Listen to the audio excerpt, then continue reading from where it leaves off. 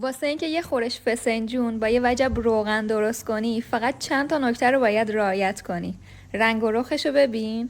بریم با هم درستش کنیم. اول پیاز و رنده ریز میزنی یا داخل خورد میریزی که حسابی پوره بشه. حالا فقط با یه قاشق روغن تف میدم. حالا گردوها رو داخل خورد میریزم تا پودر بشه. پیاز که با حرارت کم طلایی شد، گردوها رو اضافه میکنم و مدام هم میزنم. حواست باشه که گردوها نسوزه.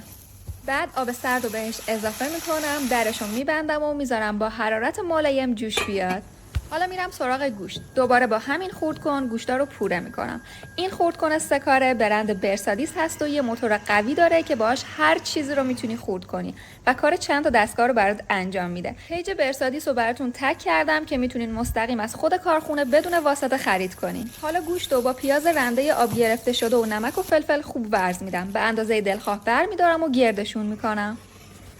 وقتی گردوها به روغن افتاد، الان دیگه نوبت اضافه کردن رب اناره. من از ترکیب رب انار ترش و شیرین استفاده کردم. میتونین شکر هم بریزین. حالا گوشتا رو اضافه میکنم و بعد زعفرون و چند تا تیکه یخ میریزم. با حرارت کم میذارم حسابی جا بیفته. نوش جونت.